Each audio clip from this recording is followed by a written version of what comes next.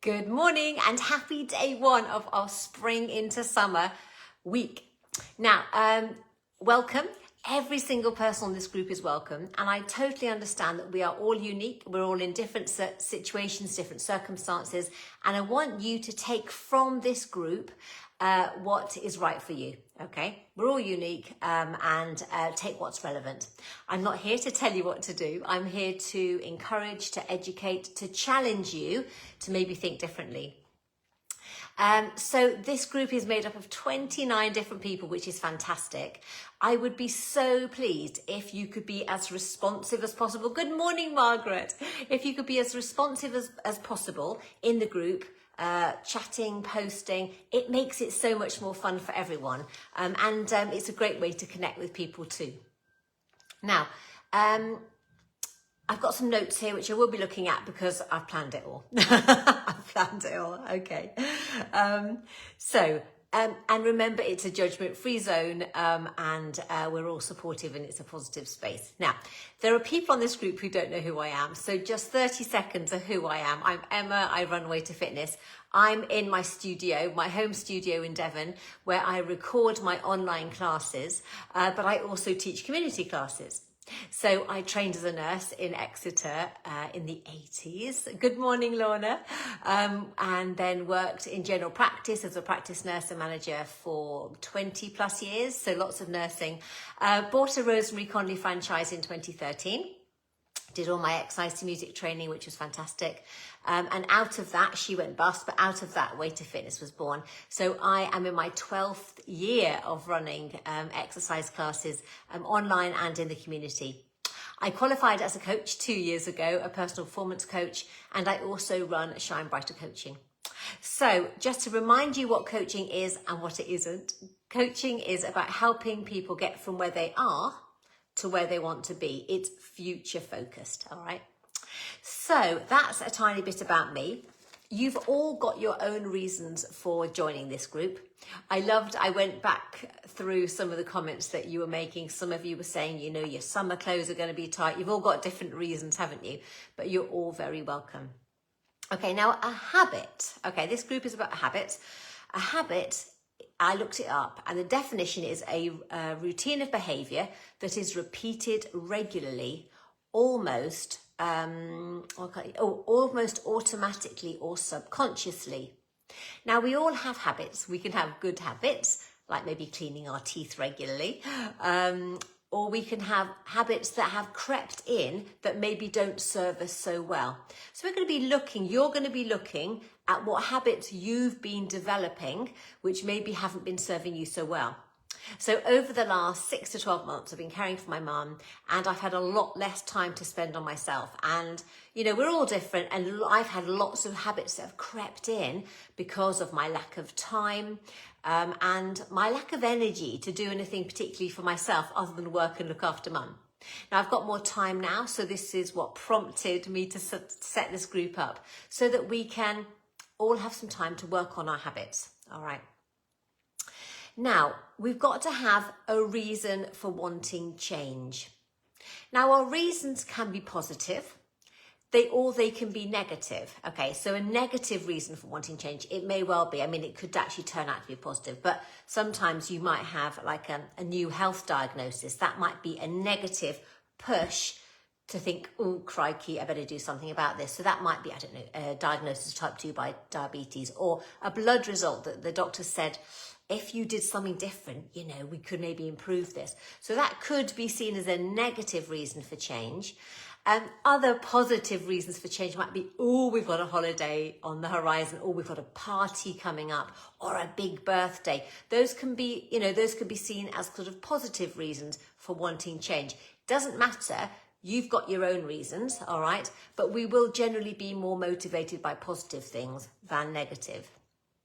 So I mentioned yesterday about I'm surrounded by books here. Have a book. It would be really helpful if you had some sort of journal or book that you could make some notes in after each of these talks I do each morning, and then you can make your own plans. Now, in your book, I'd like you to write down, what do you want? What do you really, really want?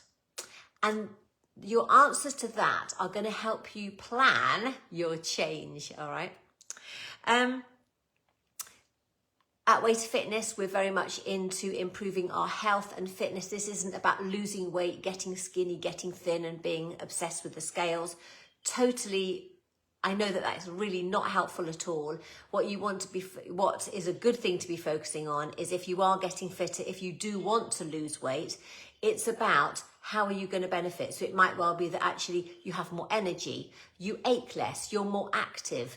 There's lots of health reasons that some of us might want to lose some inches around our waist.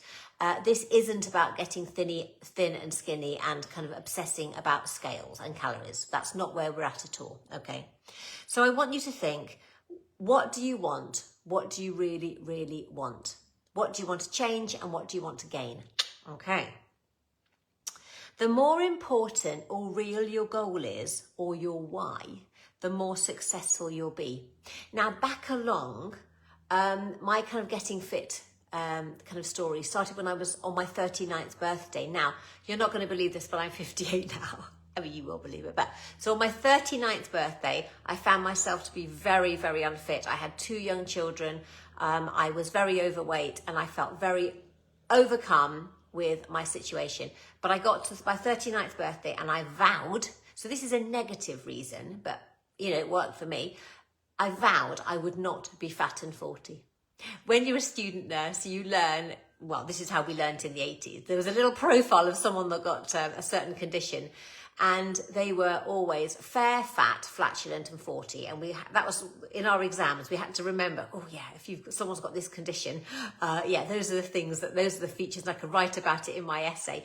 And so it was burningly important to me to not be fat and 40. So at 39, on my 39th birthday on the 4th of March, I vowed I would have lost weight within the year. And within 2 years, I'd lost 5 stone. And it was slow and steady. Nobody helped me. I just did it on my own. I followed my own advice. Nothing, no shakes, no powders. I just changed how I moved and I changed the portion sizes and what I ate. So you've got to have to get change, you've got to have a reason for doing it, okay? I can't make you do it, but I want you to reflect on what change you want to find and to see in your life, okay? So how will you benefit? What difference will achieving it make to you? Once you've set your goal, okay, what you want, how will it change things, okay? What's going to be the best thing that's going to happen when you achieve it? Oh, that's a question, isn't it? Certainly for me at 39, my reasons for getting fitter were I want to keep up with my kids. I had young children, and also I had a husband who was very, very active, and I was always the one holding the coats. Used to drive me nuts. But I wouldn't do the canoeing, I wouldn't do the walking or the running. I'd be there holding the coats, looking after the children, holding the picnic. But I wanted to be different. I didn't want it to be like that. And that was another driving reason for change. But you've got to have your own. Okay. And or we're also a great hider in the back of photographs. Have you ever done that? Yeah. So I need you to have a think. How are you going to benefit from the changes that you're going to make? Now, I was doing some reading about willpower, and they were saying willpower is like a muscle. It gets tired as you use it during the day. It ebbs and flows. And that's quite reassuring, because lots of you and I have said, well, I start off well, and then, and then often we get to a certain point in the day. I know for me, it's sort of between 4 and 5. I've been changing my habits at that time, because I can turn into a hungry caterpillar. I could have been really quite careful with what I've eaten during the day, and then I turn into the hungry caterpillar, eat everything in sight. So often we want to be looking at, okay, why are we feeling like the hungry caterpillar? We're probably tired. We've had a busy day. What can I do instead of eating? Well, how can I change things? Timings of stuff, changing the food you're eating during the day so that you're not hungry and tired and exhausted and lacking energy at a certain time of day. Tweak things, change things.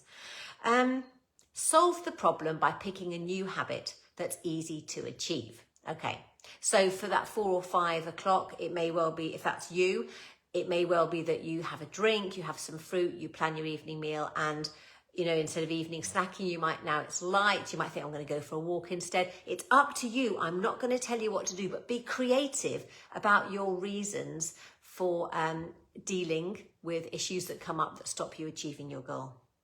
So, if you want to get more active, make your goal achievable. The things you're wanting to be your action points.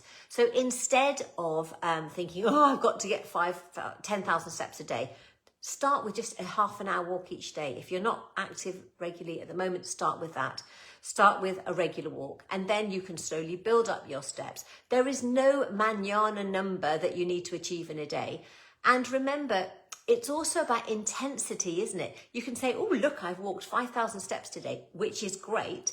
But the level of energy required will vary if you're walking along Sidmouth seafront that's flat, 5,000 steps, versus walking up a hill for 5,000 steps. They're very different. So don't be too focused on the numbers. Focus on changing what you're doing. All right, what you were doing and what you're doing instead.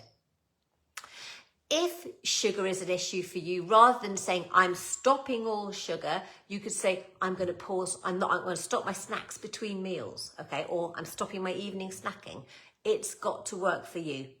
And rather than I'm stopping all alcohol, you know, unless you're doing dry January, you might think I'm going to have moderate alcohol during the week. I'm just going to have some moderate alcohol at weekends, and then not have anything Monday to Friday. It's up to you, but make your solve the problems with something that's achievable, all right? Because otherwise you won't stick with it. And a motivational speaker called Jim Rohn said, success is a few simple things done every day, while failure is simply a few errors in judgment repeated every day. So it's not going to take massive changes. It's about, I love this, I'm going to say it again, success is a few simple things done every day, while failure is simply a few errors in judgment repeated every day. So it's the, you know, eating a packet of Jaffa cakes at 5 o'clock, sitting and watching the telly all night, eating Pringles, whatever it is for you, okay? Or maybe always getting the bus to the door and maybe thinking, actually, I'd like to make time for some movement. Okay, so it's very, very individual for you. But I want you to write in your book, what are the things that you personally want to work on? If you're happy to share, we would love that. So today it's about your goal. What is it that you're going to be heading towards? What do you want to achieve? What do you want? What do you really, really want? And then you can begin to make a plan, action plan towards how you're going to do that. All right. So I've put on the group at 5 o'clock tonight, how's your day been and how are you doing working on those goals? And I would love you to put some comments in there. That would be brilliant, and we can have some dialogue. I teach on a Monday night, so I'll be in and out of the group obviously throughout the week. So today it's particularly about goal setting and about just thinking, what is it that you really, really want? All right. It's got to be meaningful. It's got to be enough to galvanize you into action. All right. So that's me for today. I'm off to record some classes for my online classes and then teaching tonight. So keep in touch. Put your stuff in the thread here. And again, at 5 o'clock tonight, let us know how your day's gone. Okay. Bye.